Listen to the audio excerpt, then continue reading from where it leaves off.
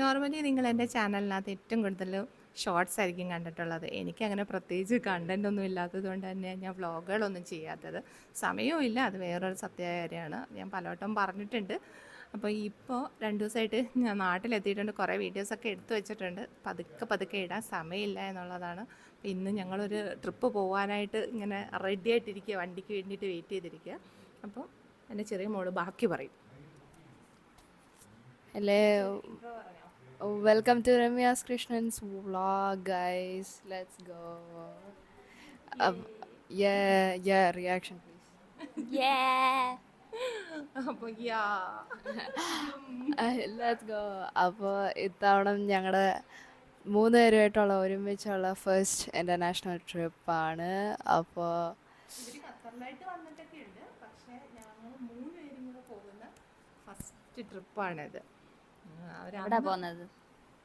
Dubai. എവിടാ പോകുന്നത്? Dubai. It's also known as the Dubai.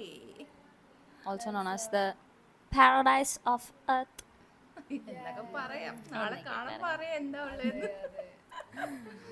അപ്പം നമുക്ക് പോയാലോ പതുക്കെ ഇങ്ങനെ. കം ടു ഹബീബി ദുബായ്. പക്ഷെ ഞാൻ അതുവഴി നേരെ അങ്ങ് ഖത്തറിലേക്ക് പോകും കേട്ടോ.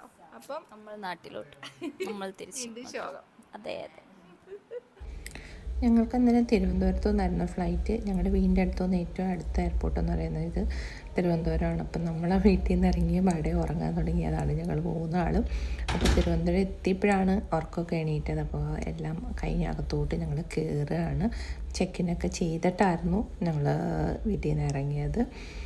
കഴിഞ്ഞു, കുഴപ്പങ്ങളൊന്നുമില്ല. അകത്ത് കയറി. ശരിക്കും എൻ്റെ ഒരു വലിയൊരു ഡ്രീമായിരുന്നു ദുബായ് പോകുക എന്ന് പറയുന്നത്. ഞങ്ങൾ കൊച്ചിലെ വളർന്ന കാലം മുതലേക്ക് ഇങ്ങനെ ആൾക്കാരെല്ലാം പറയുന്നത് ദുബായ് പോകുന്നു, ദുബായിലാണ്, എവിടെ ചോദിച്ചാലും ദുബായിലാണെന്ന് മാത്രമേ ഉള്ളൂ. പക്ഷേ എനിക്ക് ജോലി കിട്ടിയത് ഖത്തറിലാണെങ്കിലും പക്ഷേ ഞാൻ കേട്ട് വളർന്നതും കണ്ട് പരിചയപ്പെട്ട ആൾക്കാരും മൊത്തം ദുബായിലാണ്. അന്ന് മുതലേ എനിക്ക് ദുബായ് പോകണം എന്ന് ഭയങ്കര ആഗ്രഹമുള്ള ഒരാളായിരുന്നു. പക്ഷെ പല പ്രാവശ്യവും ഞാൻ ട്രൈ ചെയ്തിട്ടുണ്ടെങ്കിലും ഒരിക്കൽ പോലും എനിക്ക് പോകാനേ പറ്റിയിട്ടില്ല. എന്നാൽ ഖത്തറിൽ നിന്ന് ദുബായ് പോകാൻ വലിയൊരു പാടുള്ളൊരു കാര്യമല്ല. പക്ഷേ എന്തോ അൺഫോർച്ചുനേറ്റ്ലി ഇന്ന് വരെ എനിക്കതിന് സാധിച്ചിട്ടില്ല. പക്ഷേ ഇപ്പം എനിക്ക് ഭയങ്കര സന്തോഷമാണ്. കാര്യം എനിക്ക് എൻ്റെ 2 മക്കളെയും കൂടി എന്നെ ആ ഡ്രീമിനകത്തോട്ട് കൊണ്ടുപോകാൻ പറ്റുന്നു എന്നുള്ളത്. ഞങ്ങൾക്കും ഭയങ്കര ആഗ്രഹമുള്ളൊരു കാര്യമാണ് ദുബായ് പോകണമെന്നുള്ളത്. It's like one of the bucket ലിസ്റ്റിലുണ്ടായിരുന്നൊരു പ്ലേസാണ്. പ്ലസ് അമ്മയുടെ ഒക്കെ കൂടെ പോകണമെങ്കിൽ ഭയങ്കര ലക്കിയാണ്, ഭയങ്കര സന്തോഷമുണ്ട്. ആൻഡ് തവണ അടിച്ചു പൊളിക്കും. ശരിക്കും പറഞ്ഞു കഴിഞ്ഞാൽ ലച്ചു ഇതുവരേക്കും വിശ്വസിക്കാൻ തയ്യാറായിട്ടില്ല നമ്മൾ ദുബായിലേക്ക് പോവുകയാണെന്നുള്ളത്. അങ്ങനത്തെ ഒരു എന്തോ ഇപ്പോഴും ഒരു നെർവസ് സിറ്റുവേഷനിലാണ് അവളുള്ളത്. അപ്പം ആ ഒരു ഡ്രീമിനകത്ത് നമ്മളിങ്ങനെ കയറി ഇങ്ങനെ കടന്നു പകുതി വഴിയിലൊക്കെ എത്തി. ഇനി അവിടെ ചെന്ന് ഇറങ്ങിക്കഴിയുമ്പോഴേ ഡ്രീം കം ട്രൂ എന്നെനിക്ക് കംപ്ലീറ്റ്ലി പറയാൻ പറ്റത്തുള്ളൂ. പക്ഷേ ദൈവം സഹായിച്ച് ഇതുവരേക്കും പ്രശ്നങ്ങളൊന്നുമില്ല. വളരെ സേഫായിട്ട് കാര്യങ്ങളൊക്കെ മൂവ് ചെയ്ത് ഇവിടം വരെ എത്തി. നമ്മളെ ദുബായിലേക്കുള്ള സ്വപ്നത്തിലേക്ക് പോകാനുള്ള നമ്മുടെ ഫ്ലൈറ്റ് ഇതാ കിടക്കുന്നത്. പോവാം മക, പോവാം. അപ്പം ലെറ്റ്സ് ഗോ.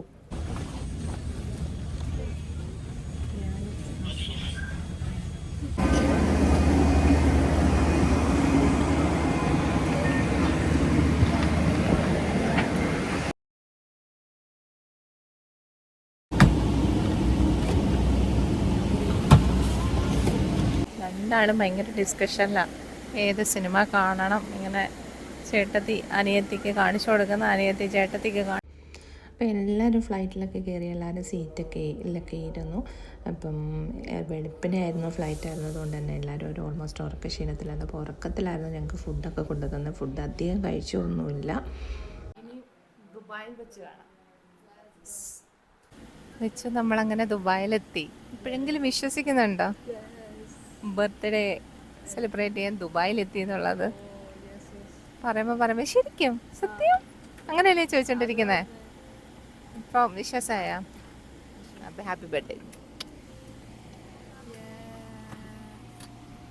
ഗൈസ്. അപ്പോൾ ഇനി എല്ലാം അപ്പം ഞങ്ങളുടെ ഫ്രണ്ട് സീറ്റിലൊക്കെ ഉള്ള ആൾക്കാരൊക്കെ എണീറ്റപ്പോഴത്തേന് തന്നെ ഞങ്ങളും പതുക്കെ എണീറ്റു. സാധനങ്ങളൊക്കെ മേളിൽ നിന്ന് എടുത്തു. അപ്പം ഞങ്ങൾക്ക് അധികം സാധനങ്ങളോ കാര്യങ്ങളൊന്നും ഉണ്ടായിരുന്നില്ല. ഒരാഴ്ചത്തെ ട്രിപ്പ് ആയതുകൊണ്ട് തന്നെ കുറച്ച് ഡ്രസ്സുകൾ മാത്രമേ ഉള്ളായിരുന്നു. അപ്പോൾ ഇത്രയും നാൾ സ്വപ്നം കണ്ടിരുന്ന ദുബായ് എന്നൊരു ലോകം ഞാൻ ആദ്യമായിട്ട് കാണാൻ പോവുകയാണ്. ഡ്രീം കം ട്രൂ മൊമെൻ്റ് എന്ന് പറയുന്ന കണക്ക് ദേ ഈ കാണുന്നതാണ് ദുബായ് എന്നൊരു സ്വപ്ന നഗരം. ഇത്രയും നാൾ ആഗ്രഹിച്ചത് ഇവിടെ വരാൻ വേണ്ടിയിട്ടായിരുന്നു. അപ്പം ഞങ്ങൾ രാവിലെ ഒരു 7:15 ആയപ്പോഴാണ് ഞങ്ങളവിടെ എത്തിയത്.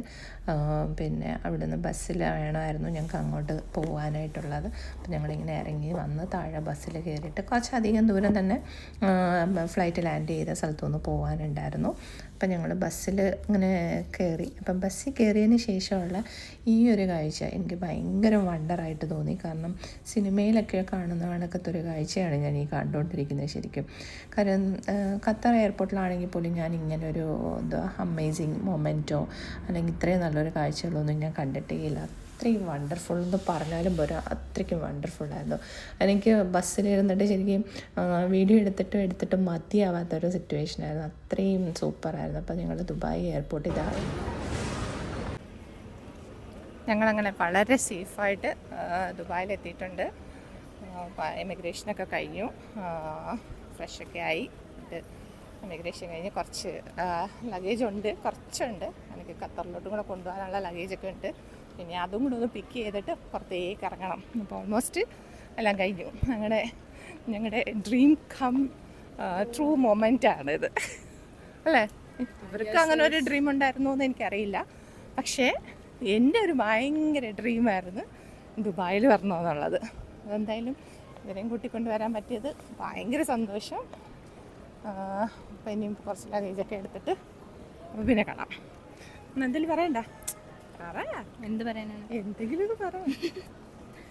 പ്രത്യേകിച്ചൊന്നും പറയാനൊന്നുമില്ല. നല്ല ഫ്ലൈറ്റ് ആയിരുന്നു. ഫ്ലൈറ്റ് പിന്നെ എമിറേറ്റ്സിൽ വരുമ്പോൾ പിന്നെ സൂപ്പർ അല്ലേ? നല്ല ഫ്ലൈറ്റ് ആയിരുന്നു.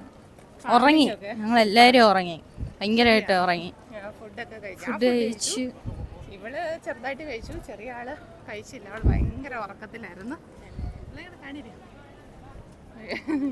ഉറങ്ങി കുറച്ച് ഉറക്കത്തിലായിരുന്നു. പക്ഷേ ഞങ്ങൾ രണ്ടുപേരും ഫുഡൊക്കെ കഴിച്ച് ഉറങ്ങി ഫ്രഷ് ആയിട്ടാണ് ഇപ്പോൾ പുറത്തേക്ക് വരുന്നത്. അതെ. അങ്ങനെ ലച്ചുവിൻ്റെ ബർത്ത്ഡേ സെലിബ്രേറ്റ് ചെയ്യാനുള്ള ആ ഒരു മൊമെൻറ്റ് ഇങ്ങനെ അടുത്തടുത്ത് വന്നുകൊണ്ടിരിക്കുക.